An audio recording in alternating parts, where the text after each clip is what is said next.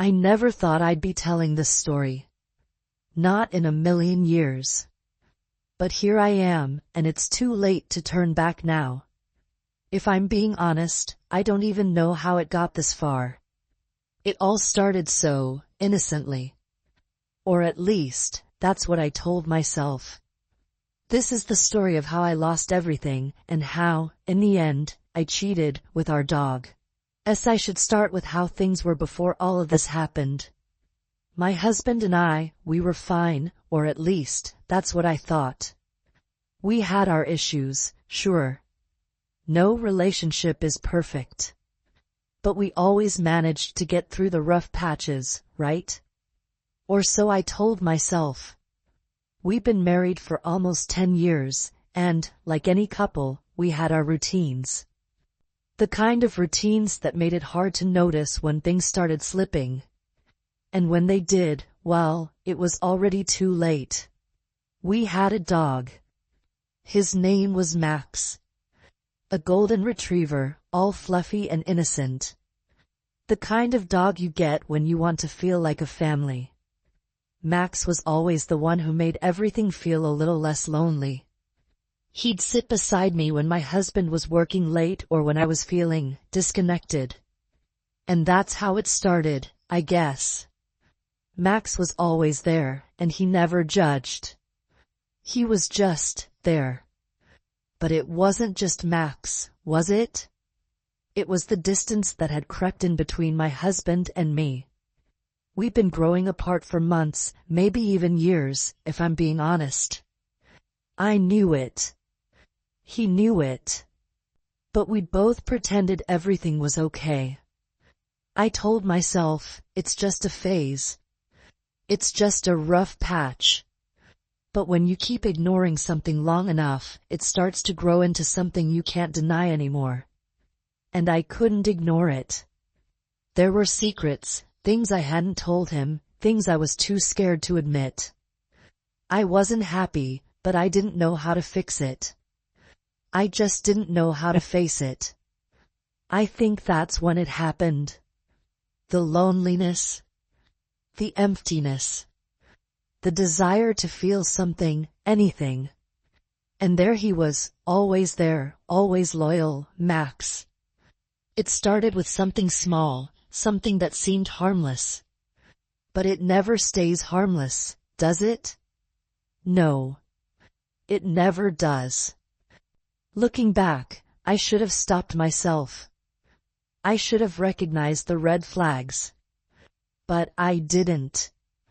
And now, I'm left trying to piece together how I let this happen, how I let everything fall apart. At first, it seemed so innocent. Like a joke I would laugh off if anyone ever found out. It was just affection, I told myself. I would stroke Max's fur, scratch behind his ears, maybe even kiss the top of his head, and it felt like, well, nothing. At least, that's what I kept telling myself. But I started to notice the little things, how it felt different, how the touch lingered longer than it should. I didn't mean for it to happen, but it did. One evening, after another argument with my husband, I found myself on the couch, Max curled up next to me. I was still angry, still upset, feeling completely unheard. He came over and laid his head on my lap, his warm brown eyes looking up at me, his tail gently thumping the floor.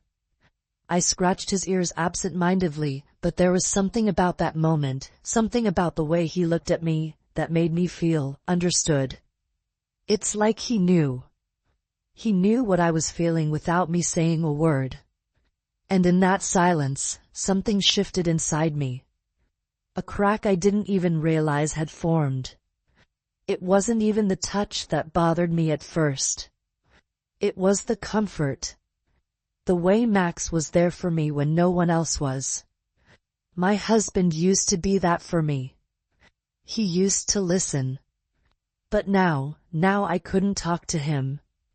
Not about the loneliness I felt, not about the weight of the secrets I was holding. The more I withdrew, the more Max seemed to understand. And in that understanding, it became easier to justify what I was doing. It started with the petting, the affection that turned from casual to frequent. There was something so familiar about it, something so comforting. And each time, I told myself it was just a harmless thing. Just a need for connection.